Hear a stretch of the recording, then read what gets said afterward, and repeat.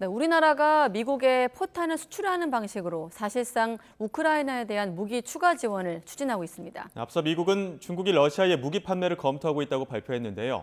러시아와 우크라이나 양측 모두 무기가 소진된 상황에 휴전 이야기도 조금씩 나오고 있습니다. 강성웅 해선위원실장과 함께 조금 더 알아보겠습니다. 어서 오십시오. 네, 그럼 우크라이나가 우리나라에 무기를 달라고 직접 요청을 한 건가요? 그렇죠. 그동안도 누누이 얘기를 했는데 네. 어제 국방연구원에서 열린 그 우크라이나 전쟁 1주년 세미나에서 네. 우리나라에 있는 우크라이나 대사가 한 번 더 얘기를 했습니다. 직접 우리나라 국방부나 방위사업청 등과 협의를 할 기회가 있으면 좋겠다. 이렇게 얘기를 했습니다. 예. 뭐 이전에 얼마 전에 우리나라를 방문한 스톨텐베르크 나토 사무총장도 무기 지원을 공식적으로 얘기를 했죠. 그리고 젤렌스키 대통령도 지난 24일 이거 개전 1주년 기념일 회견 때 한국의 무기가 지원된다면 긍정적일 것 같다 이렇게 얘기를 했고 현재 여러 나라들과 이 논의를 하고 있다 또 얘기를 했고 본인은 한국의 지도부를 우크라이나에 초청하고 싶다 이런 얘기를 했고 네. 우크라이나 총리가 한국을 방문하는 것도 추진하고 싶다 이렇게 여러 가지 얘기를 했습니다. 그런 와중에 이제 이런 얘기가 나온 거죠. 예.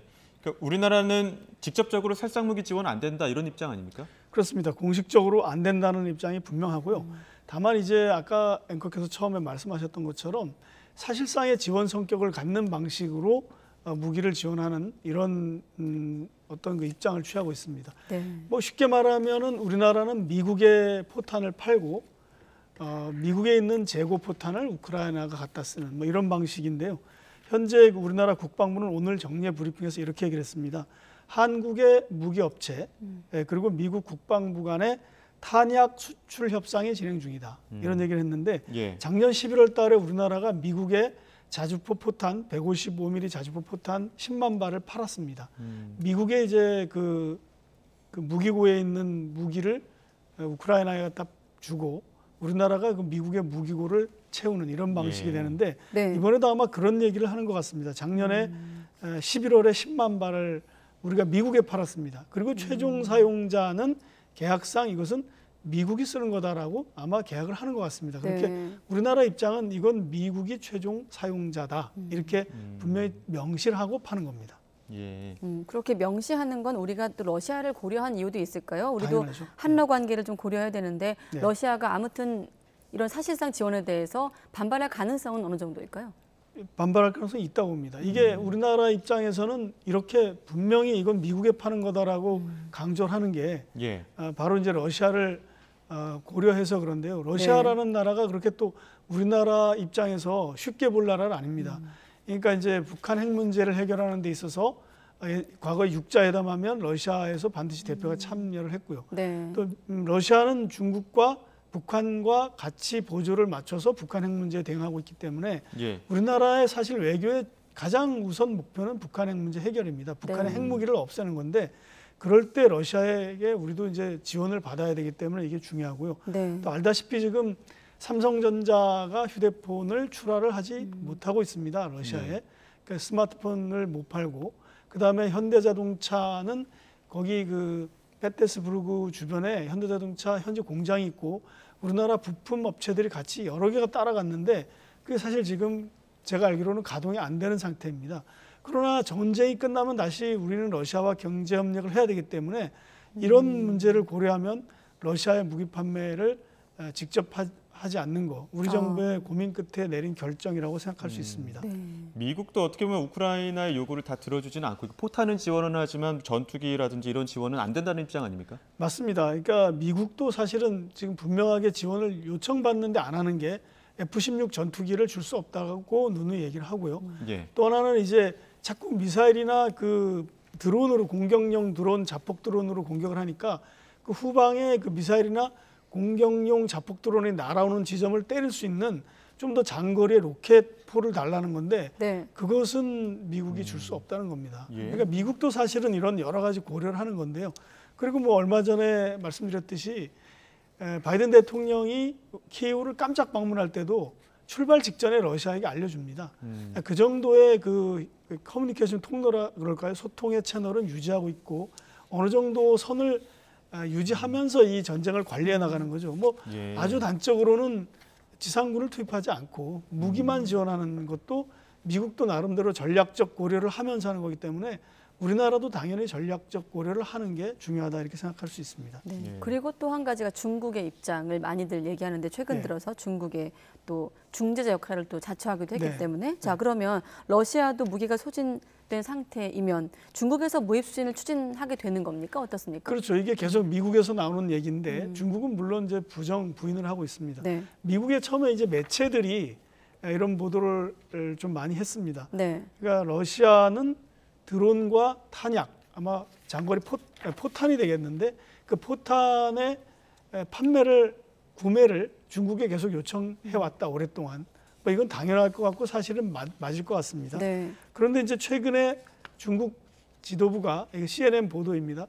수개월 동안 이 논의를 하다가 최근에 들어서 이걸 좀 긍정 검토하기로 했다 이렇게 보도를 했고요. 미국 정부 입장에서도 CIA 국장이 중국의 러시아에 대한 무기 제공을 중국이 할 것 같다라는 것에 할 것 같다는 게 아니라 그걸 주려고 하는 것을 검토하는 것을 확신하고 있다 이렇게 얘기를 했습니다. 예.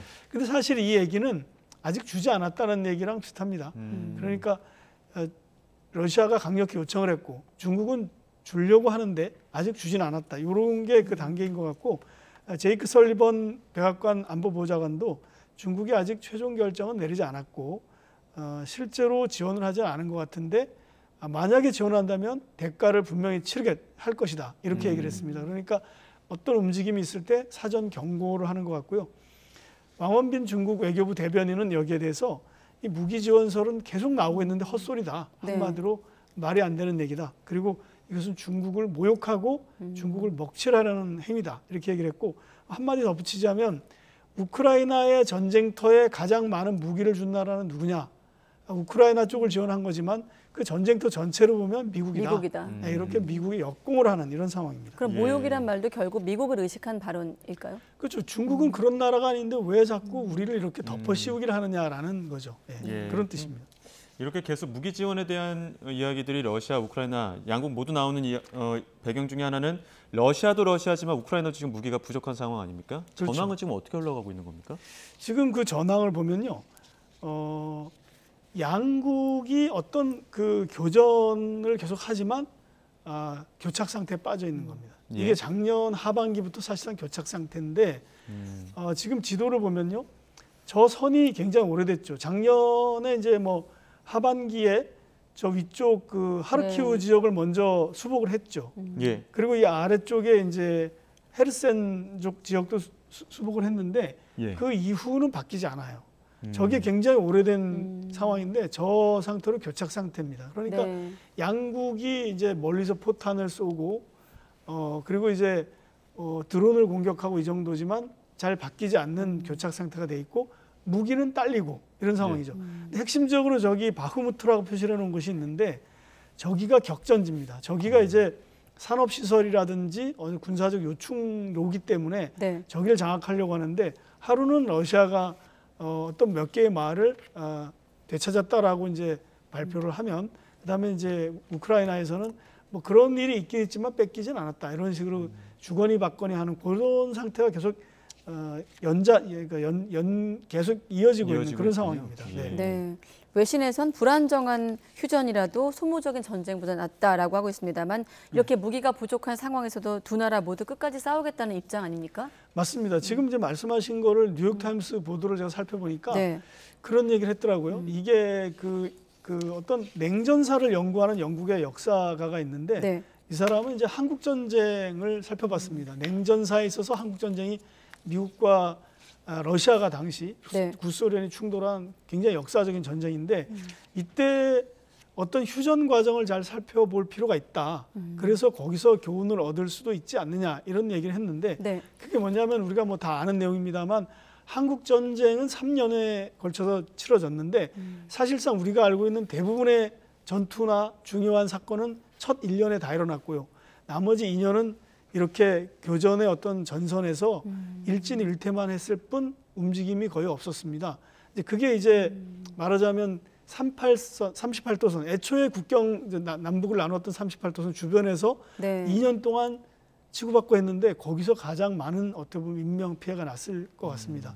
그런 상황인데 그런 상황을 계속 2년 동안 끄는 것보다는 불안하더라도 휴전을 하는 게 낫다라는 것이 한국 전쟁이 우크라이나 전쟁에 주는 교훈이다 이렇게 얘기를 했는데 네. 사실은 좀 희망 섞인 어떤 뭐 컬럼이라고 볼 수 있을 것 같습니다. 네, 한 30초 남았는데 자 러시아와 우크라이나 양국 모두 국민들 지지를 받고 있는 상황이거든요. 네. 길어질까요? 어떻게 예상하십니까? 그렇죠. 이게 한국 전쟁도 비슷한데요. 미국은 이걸 확전을 바라지 않았는데 뭐 예를 들어서 이승만 당시 대통령은 북진 통일을 하겠다고 했죠. 네. 북한도 물러서지 않았고 그런 상황인데 그렇기 때문에 이게 미국이 이게 조정을 해 나간다고 해서 쉽게 끝날 것 같지는 않다 이런 전망이 들고요. 네. 한 사람 이제 소개하고 싶은 사람이 있는데 네. 최근에 그 젤렌스키 대통령이 전방에 그 바흐무트를 담당하는 사령관을 해임시켰습니다. 전격적으로.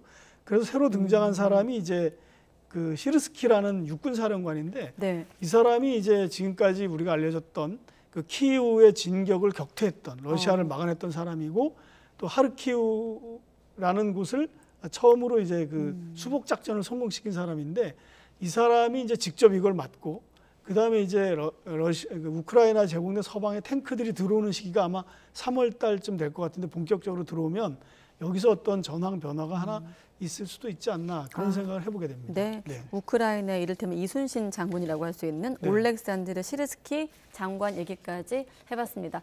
강성웅 해설위원 실장이었습니다. 고맙습니다. 네.